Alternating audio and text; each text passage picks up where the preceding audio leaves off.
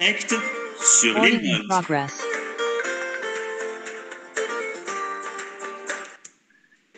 Shalom à toutes et à tous. On est très content de se retrouver avec le Rav Yehuda Ben Ishai de la communauté d'Emunah Shlema pour la fête de Hanouka, également Parashat Miketz, le titre du cours Rêve ou réalité. Et je crois aussi qu'il y a également une demande de Didier. Bechaba.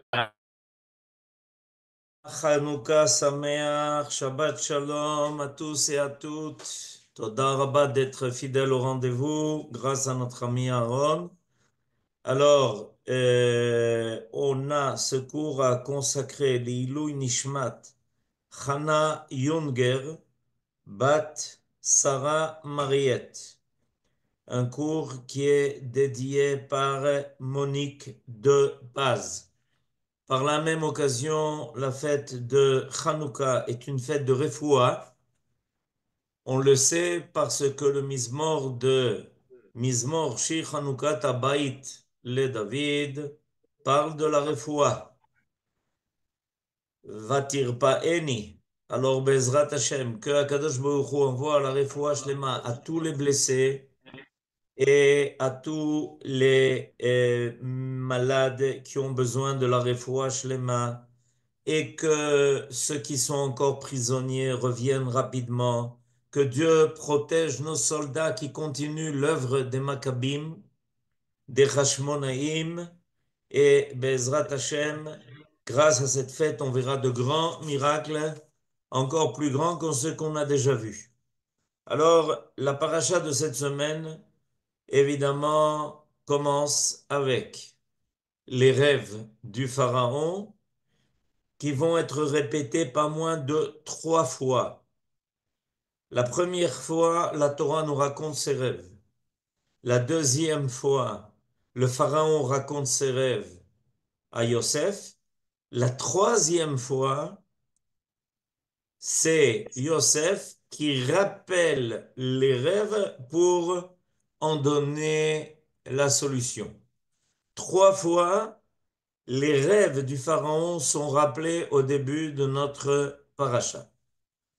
Je voudrais attirer votre attention sur le fait que depuis que Yaakov est apparu dans le monde, quelque chose a fondamentalement changé.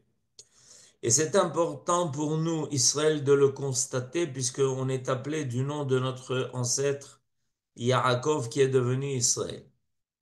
Depuis Yaakov, voilà que la Torah commence à nous parler des rêves des hommes. Avant Yaakov, on ne nous parle pas de rêves. Et il faut essayer de comprendre pourquoi. Surtout qu'à partir de Yaakov, il y a évidemment le rêve de Yaakov avec l'échelle, il y a les rêves de Yosef qui vont être racontés, et Yaakov est persuadé que tout ce qu'il a rêvé va se réaliser, et on le sait que finalement c'est exactement ce qui va se passer. Au début de notre paracha, 3 fois le rêve du Pharaon, les rêves du Pharaon, 2 rêves, un qui concerne les vaches et un qui concerne les épis de blé, vont être rappelés par 3 fois. Il y a donc depuis l'arrivée de Yaakov dans le monde une quantité énorme de rêves qui tout d'un coup se déclenchent. Évidemment, ce ne sont pas les derniers rêves. Si par exemple on arrive au livre de Daniel, le livre de Daniel qui est, comme on le sait, un livre qui parle de la fin des temps, qui va nous parler de ce qui va se passer en conclusion de l'histoire que nous connaissons, l'histoire des hommes et des empires, on ne va pas arrêter de parler des rêves que vont avoir aussi bien le roi de Babel, de Babylonie, mais d'autres aussi, que les rêves de Daniel lui-même. Donc, il y a quelque chose qui s'est ouvert dans le monde. il y a quelque chose qui s'est déclenché. Voilà que tout d'un coup, on nous parle de chalomot, on nous parle de rêves. Et évidemment, si la Torah donne une place tellement importante à ces rêves, ça veut dire qu'il y a forcément au niveau de la Torah quelque chose qui est à rechercher, quelque chose qui est à comprendre. On nous a expliqué évidemment que tout le monde rêve et qu'il faut surtout rêver d'ailleurs, mais la Torah hein, nous amène à un niveau de plus. Le rêve est là pour mettre en contact l'homme, la conscience de l'homme avec un monde qui est caché. Voilà une des méthodes dont va se servir le Créateur pour permettre un lien, une communication des mondes supérieurs avec l'homme. Évidemment, il y a des rêves qui veulent dire quelque chose. Il y a des rêves qui peut-être ne sont qu'une accumulation de ce que les sens de l'homme ont enregistré pendant la journée et de ce que son cœur n'ose pas avouer, mais qui finalement vont se révéler dans ses rêves.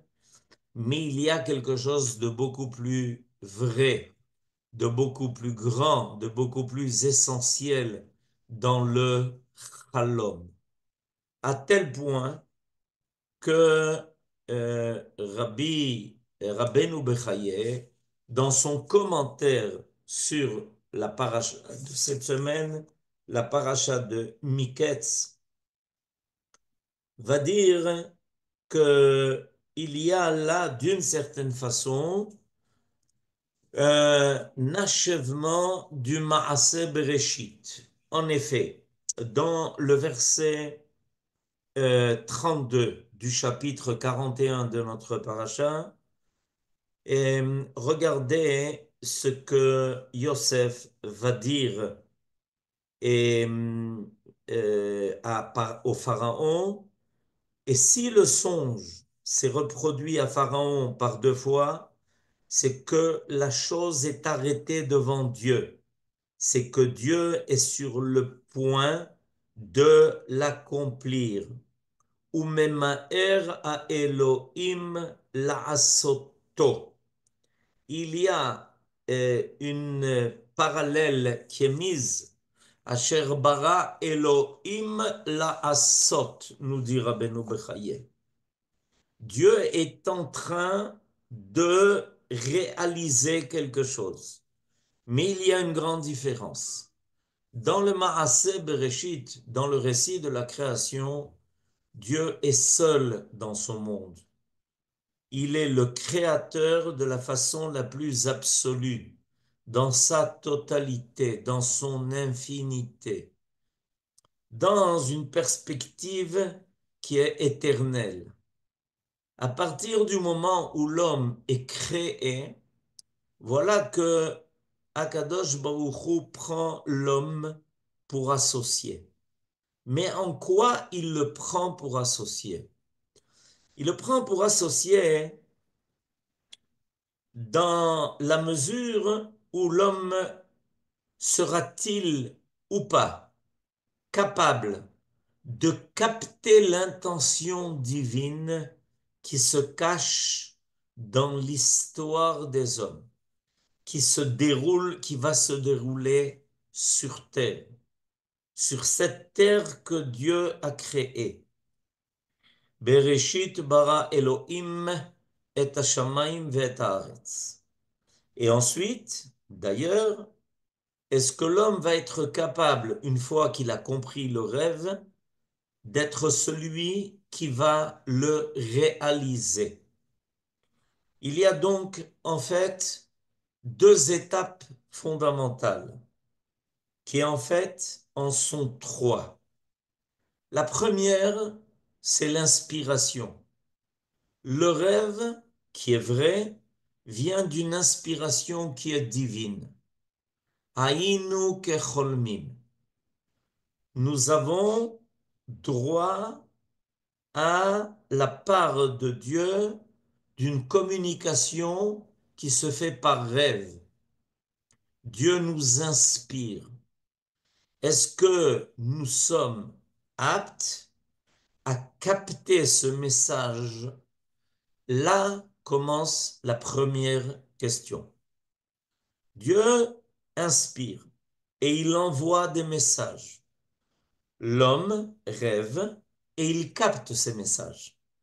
Mais évidemment, plus l'homme est à un niveau élevé, plus il va capter le message dans sa totalité, dans sa pureté. Le message va être épuré de toutes les scories, de tout ce qui peut se mélanger au message qui a été émis à partir des mondes d'en haut, du monde supérieur, d'où vient l'inspiration. Comme toute chose, évidemment, il faut que l'homme se prépare à être celui qui va intégrer le message. Il faut pour ça que son nefesh, son psychologique, soit naki, propre, qui va lui permettre d'être comme un miroir, qui va capter le message divin. Le Ramchal, dans son livre de Mesilat Yesharim, va parler de la nécessité de la midat, de la qualité de nekiyut, d'être quelqu'un qui a une nefesh nekiya. Dans le Talmud, nous avons une expression extraordinaire qui concerne les sages de Yerushalayim, les gens bien qui habitent Yerushalayim, les gens nobles. Ils s'appellent, ils portent un titre, Nekiye Adahat Shebe Yerushalayim. Ceux qui ont une Da'at Nekiya, qui ne mélangent pas à leur Da'at des impressions qui sont superflues, qui ne sont pas convenables. Ces hommes-là font très attention d'intégrer dans leur da'at, dans leur inconscience, uniquement des éléments qui leur permettront d'être toujours prêts à intégrer le message divin. Et la troisième étape, c'est que quand l'homme a intégré ce message, alors il devra maintenant transformer ce rêve en réalité. Est-ce que les rêves vont devenir des réalités? Ça, c'est aussi un parcours qui n'est pas facile, pour plusieurs raisons. Par exemple, on peut ignorer ses rêves. On a rêvé, mais on les ignore. On peut se tromper sur ses rêves. On peut même les oublier. Rappelons-nous que le roi de Babel avait oublié le rêve et il avait demandé à ses conseillers non seulement de lui expliquer les rêves comme le pharaon le fait dans notre paracha, mais de lui rappeler le rêve. Alors évidemment, les conseillers du roi n'avaient jamais entendu d'une chose pareille, parler d'une chose pareille, rappeler, remettre en souvenir le rêve oublié du roi. Mais en quoi c'est possible? Comment moi, je peux rappeler à quelqu'un d'autre ce dont il a rêvé? Et Daniel en a été capable. il a assumé ce défi. Pourquoi? Parce que la prophétie, en réalité, qui est même donnée à un homme, est une fenêtre, une lucarne qui s'ouvre entre notre monde et le monde d'au-dessus de nous. Et tous ceux qui sont réouïm, tous ceux qui sont aptes, pourront capter ce message. Et donc Daniel avait capté le message qui avait été envoyé au roi de Babylonie. Et non seulement, comme Yosef, il va expliquer au roi la signification de son rêve, mais il va commencer d'abord par lui dire de quoi il a rêvé. Il y a des rêves qui sont grandioses. Il y a des rêves qui concernent l'avenir de l'ensemble du monde et de l'humanité. Il y a des rêves qui sont individuels, qui concernent chacun de nous avec ce qu'il doit penser et réaliser. Mais il y a des rêves qui sont beaucoup plus grands que ça. Voilà qu'avec Yaakov commence une nouvelle phase dans l'histoire des hommes. Yaakov arrive à percer l'écran qui sépare les mondes d'en haut des mondes qui sont les nôtres. Cette lucarne s'ouvre. Manora hamakom azeh. En ze ki im bet Elohim, veze sha'ar hashamayim. Voilà, il y a ici une lucarne qui s'est ouverte. Et grâce à cela, Yaakov a un rêve. Et dans ce rêve, il y a une échelle. Et à partir de là, les rêves commencent à apparaître. Et quand Yaakov entend que son fils Yosef, lui aussi rêve, et que ses rêves sont vérité et authentique vérité, alors, d'une certaine façon, il est tranquillisé. Il y a maintenant dans le monde des personnes qui sont capables d'attirer à eux, de capter le message qui est envoyé. Et Yosef va être appelé Baal Achalomot. Il est le maître des rêves. Ça veut dire que non seulement il comprend les rêves, mais il a aussi la capacité de permettre que les rêves apparaissent sur Terre. Je voudrais dire quelque chose qui va peut-être être surprenant. En fait, il faut savoir que si Yosef n'avait été pas présent dans le monde avec ses propres rêves, et ensuite les rêves qu'il a réussi à déchiffrer chez le Saraophim et le Saramashkim, fin de la paracha précédente. Donc, Yosef a déjà été celui qui a affronté le monde des rêves à plusieurs reprises, en ce qui le concerne, qui concerne son père et sa mère, qui concerne ses frères. Ensuite, il a rencontré les rêves de ceux qui étaient des ministres du roi. En fait, ça aurait été tout à fait superflu que le pharaon ait des rêves. Pourquoi?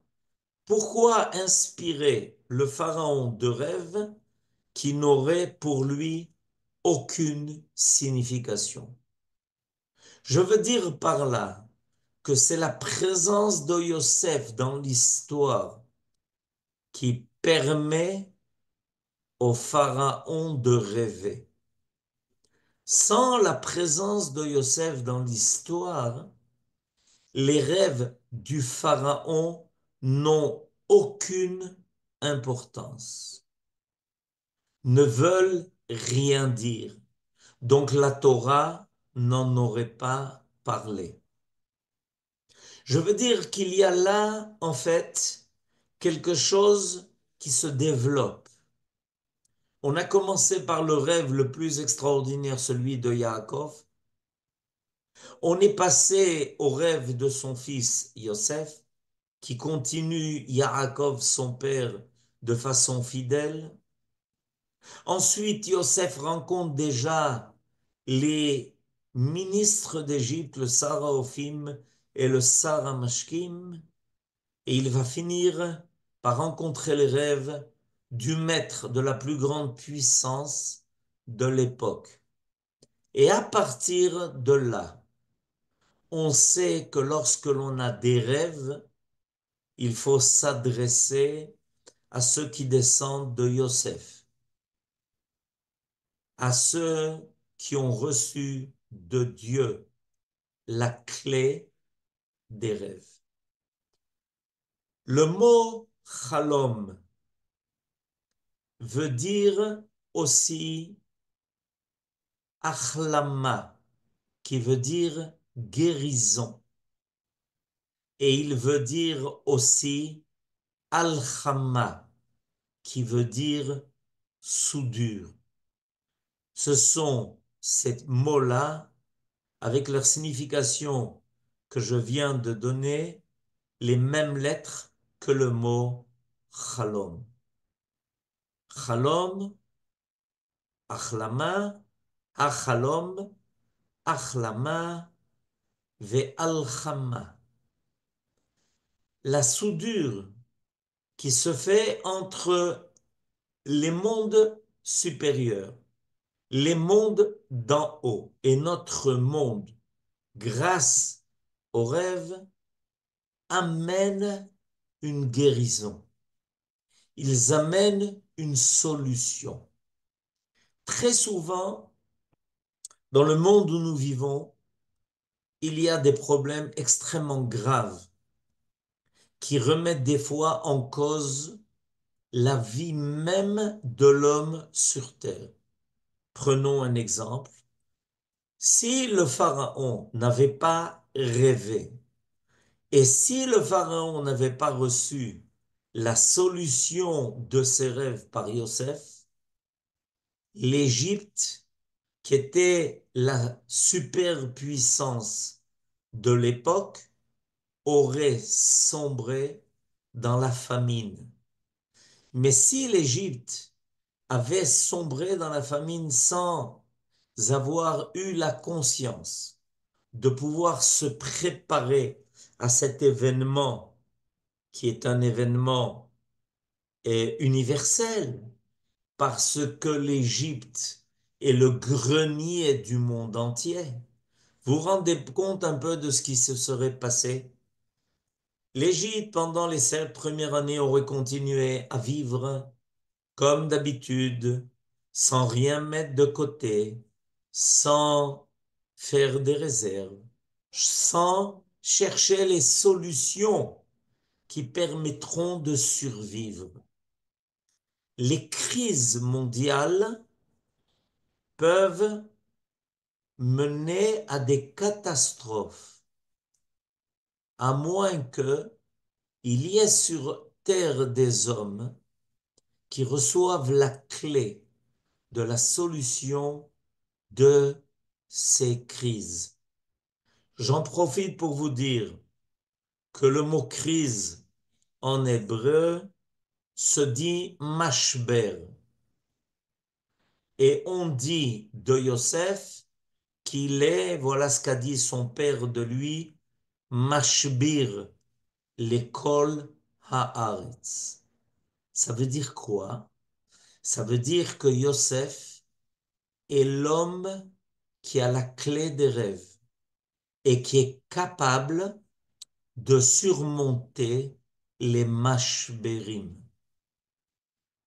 Ce n'est pas par hasard, évidemment, que de graves crises atteignent l'histoire des hommes.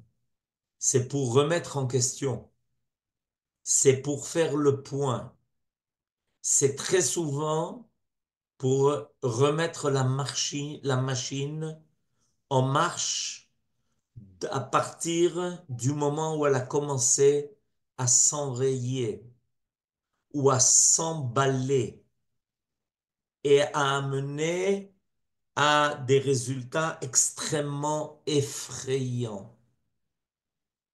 Et voilà qu'il y a un mashber. Et pour résoudre le mashber, on a besoin de Yosef qui est le mashbir, c'est-à-dire l'homme qui sait amener les solutions au mashber. Dans le monde, Israël va devenir le Yosef de l'humanité. Le monde va passer par de graves crises et Dieu va envoyer des messages qui seront captés en général par les chefs et les dirigeants qui doivent prendre responsabilité de l'avenir de l'homme sur terre, de l'ensemble de l'humanité, de ce que va devenir le globe terrestre et peut-être le cosmos tout entier. Et à ce moment-là, il doit y avoir dans l'histoire du monde un Yosef, celui qui sait que les rêves ne sont pas vains, que les rêves veulent dire quelque chose, que les rêves sont envoyés pour être une achlama et une alchama, une guérison par une soudure. Si on essaye de laisser notre monde déconnecté du monde de tous les idéaux, où tout est déjà préparé et prévu pour que notre monde se réalise, alors malheureusement, notre monde reste sans aucune énergie positive. Elle ne fait que vivre sur ses réserves. Elle gaspille sa nourriture morale. Elle risque d'arriver à une famine grave. Cette famine n'est pas forcément une famine seulement de blé. Elle peut être une famine morale et spirituelle. Elle peut être une famine qui mène les hommes à désespérer, à croire qu'il n'y a aucun avenir possible, que le monde, comme me l'a dit il y a une semaine, quelqu'un m'a dit, tu sais, les savants ont déjà prouvé que notre monde va s'auto-détruire. Je lui ai répondu que ça, c'est la science des savants, mais aujourd'hui, on apprend que ce sont la science de ceux qui ne savent pas rêver et surtout qui ne font pas appel aux sages, eux, qui, comme Yosef, savent intégrer les rêves et savent leur donner leur signification vraie. On a besoin de Yosef. Sans lui, les rêves ne veulent rien dire, donc ils sont superflus. Grâce à Yosef, le pharaon rêve. Et voilà que Yosef arrive et il va expliquer au pharaon quels sont les projets qui doivent être mis en place.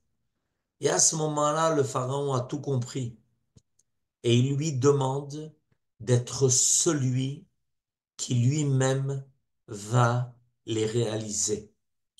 Yosef, par son nom, qui veut dire toujours rajouter. Yosef, Léosif, est l'homme qui, par excellence, ne s'occupe pas de ce qu'il n'y a pas. Il ne s'occupe pas de ce qui est manquant.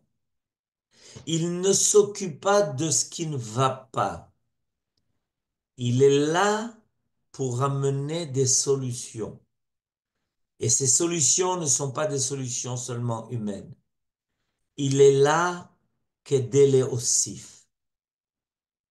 Et regardez, puisqu'on est la fête de Hanouka, le secret que nous a donné Beth Hillel dans l'allumage des nérotes. Hier, on a allumé 2 bougies. Aujourd'hui, on va en allumer 3. Oler ou Mossif. Évidemment, corrélation avec Yosef.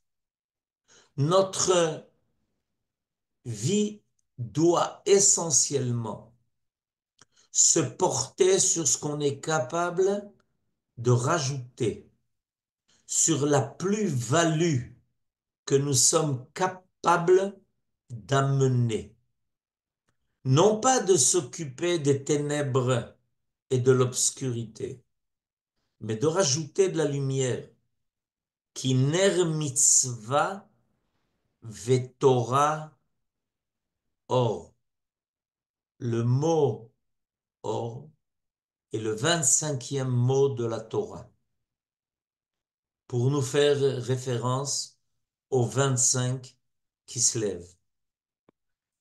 À partir de cette date dans le monde, la lumière reprend le dessus sur l'obscurité, le jour sur la nuit.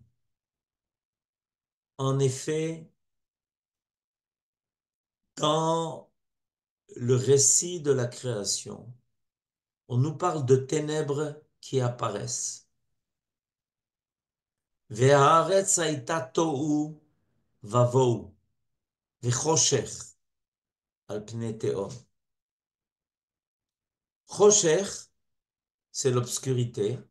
Nos sages nous disent, c'est la Grèce. Qu'est-ce que l'on doit faire quand on rencontre cette civilisation qui a failli faire basculer le monde dans l'hérésie totale, dans la non-foi de l'homme, non seulement en Dieu, mais en lui-même, qui finit par amener une civilisation où l'homme ne croit même plus en lui-même, en sa propre vie.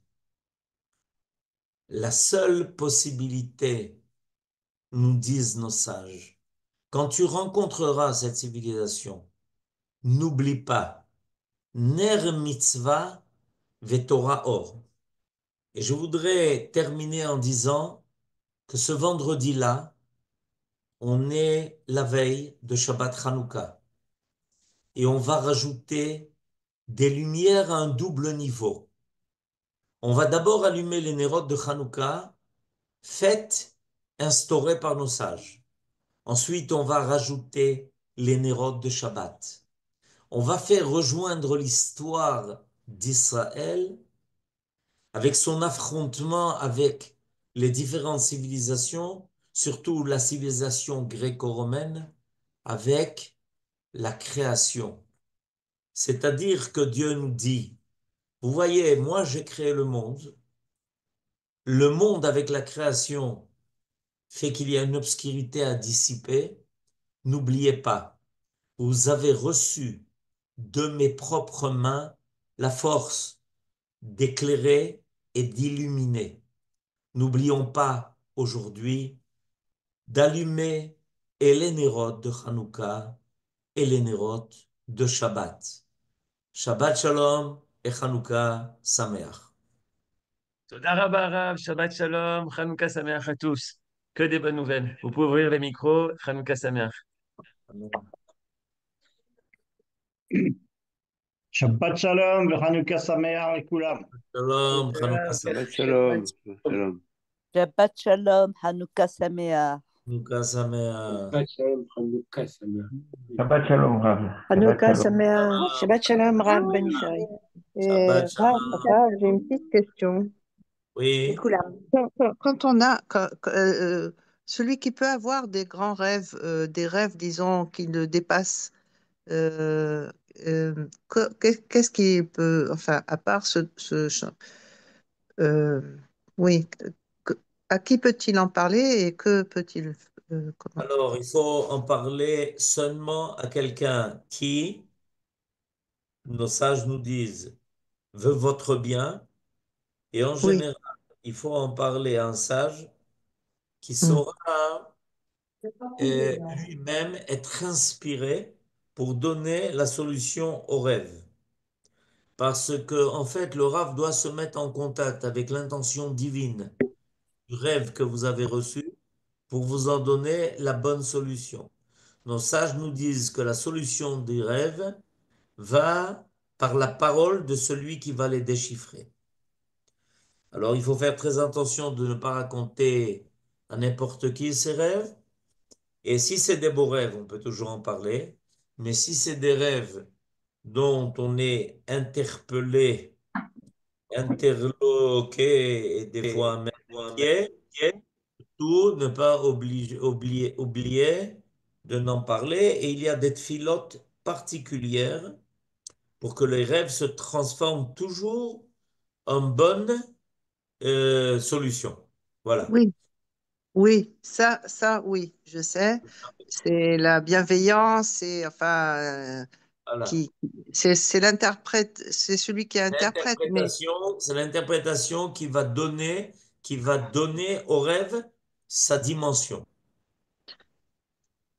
oui, Tant que oui, le rêve n'a pas été interprété, il est comme Une lettre quelque chose non lue. qui est scellé. C'est scellé. On n'a pas le code du coffre. Alors, dans le coffre, il y a quelque chose, mais on n'a pas le code, donc on ne peut pas y accéder. Voilà. oui, mais qui c'est qui a le coffre? Qui est-ce que le coffre? C'est celui qui a rêvé. Et le Ah, coffre est scellé. Et il y a quelqu'un qui doit vous aider à trouver le code du coffre. Shabbat Shalom et Chanukah Sameach. Tida, Tודה רבה, הרב. Tודה Rabba. Shabbat Shalom, Shabbat Shalom. Shabbat Shalom, Hanouka Sameach. Hanouka Sameach, Shabbat Shalom. Besorot Tovot. Merci d'avoir visionné cette vidéo. Je vous invite à vous abonner à notre chaîne InMode pour plus de replays, de conférences, de cours, d'interviews. Cliquez sur le bouton juste ici et vous êtes abonné à l'InMode. À très bientôt.